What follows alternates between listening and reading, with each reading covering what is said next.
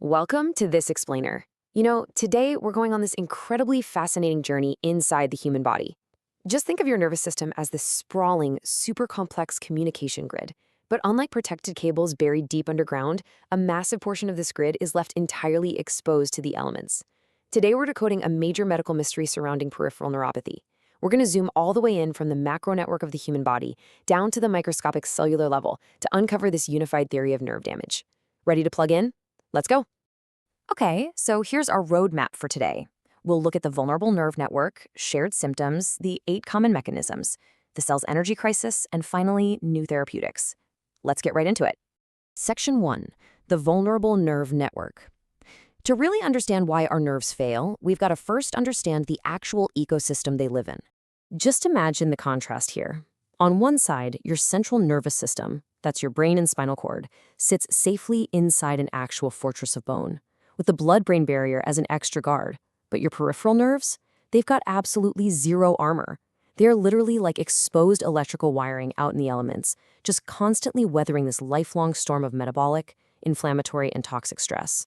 Now, check out this staggering jump in this data. In the general population, maybe 2 to 3% of people deal with peripheral neuropathy.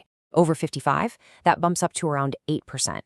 But look at that last data point. For folks who've been living with diabetes for, say, 20 to 25 years, the prevalence absolutely skyrockets to over 50%.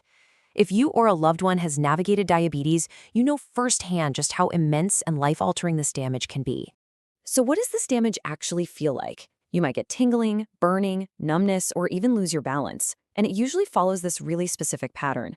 It starts right in the feet and hands and creeps upward in what doctors call a stocking and glove distribution. Why there? Well, the longest nerves in your body just require the most energy to survive. So when the system gets stressed, those long supply lines are absolutely the first ones to fail. Moving on to Section 2, shared symptoms, many causes, one outcome. This brings us to a really compelling biological mystery that scientists have been unraveling over the last couple of decades. The mystery is this: why on earth do completely different diseases cause the exact same nerve pain?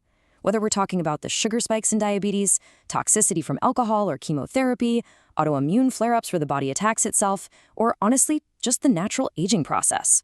On paper, these look like entirely unrelated issues, right? They start in different organs and act in completely different ways. But here is the massive paradigm shift. The data reveals that while those initial triggers, the distinct underlying causes, are totally different, they actually act like a giant funnel. Over time, every single one of them converges right down into the exact same biological pathway of destruction.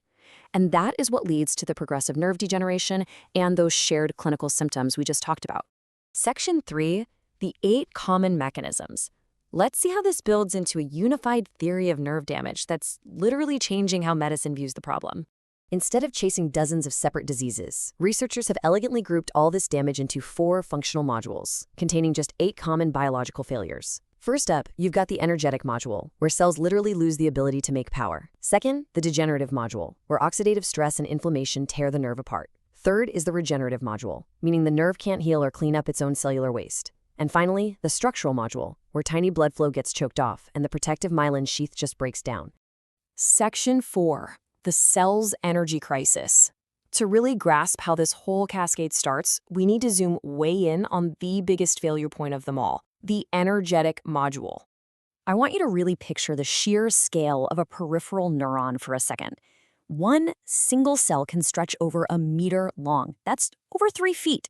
The sheer metabolic demand to keep that massive biological wire alive, pumping nutrients from one end to the other and constantly firing electrical signals, it requires a staggering continuous supply of cellular energy, which we call ATP. Now, that ATP comes straight from your mitochondria, the power plants of your cells. But when they're under attack from things like high blood sugar or toxins, these power plants break down. We call this mitochondrial dysfunction, and it's basically a catastrophic domino effect. Not only does energy production plummet, starving the massive nerve cell, but these broken power plants start spewing out toxic reactive oxygen species. It practically sets the nerve on fire with oxidative stress.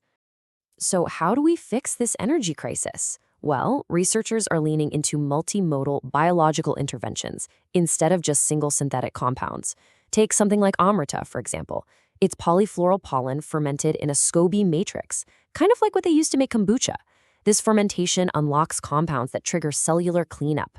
Add in cordyceps mushrooms to boost ATP, along with acetyl L-carnitine and coenzyme Q10 to protect and fuel those mitochondria, and you've got a really powerful combo.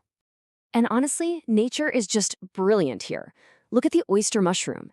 It provides this incredibly powerful antioxidant called ergothioneine. But get this, the human body actually has a dedicated VIP doorway just for this exact compound, a transporter called OCTN1. It literally pulls these rescue antioxidants directly into the specific nerve tissues that are under the highest oxidative stress. It's like targeted cellular rescue. How cool is that? Which brings us to Section 5, a new therapeutic approach. Because if the cellular damage is unified, our solution has to be just as comprehensive. We really need a two-pronged blueprint here. Step 1 is targeting those 8 common downstream mechanisms we just talked about, using a core complex like neuroferment, 3X biotics, to rebuild the nerve structure, fix those mitochondria, and stop the inflammation. But you can't stop there. Step 2 means you have to simultaneously attack the specific upstream disease that started the whole mess in the first place. This table maps it out beautifully. Notice how every single patient uses the exact same core treatment to heal the foundational nerve damage, but then they personalize it. A diabetic patient adds a specific supplement for blood sugar control. Someone dealing with alcoholic neuropathy adds a formula for liver support.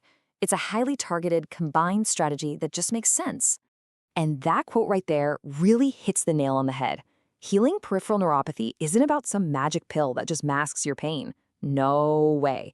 It's about a targeted, layered biological intervention that actually respects how complex our human ecosystem is.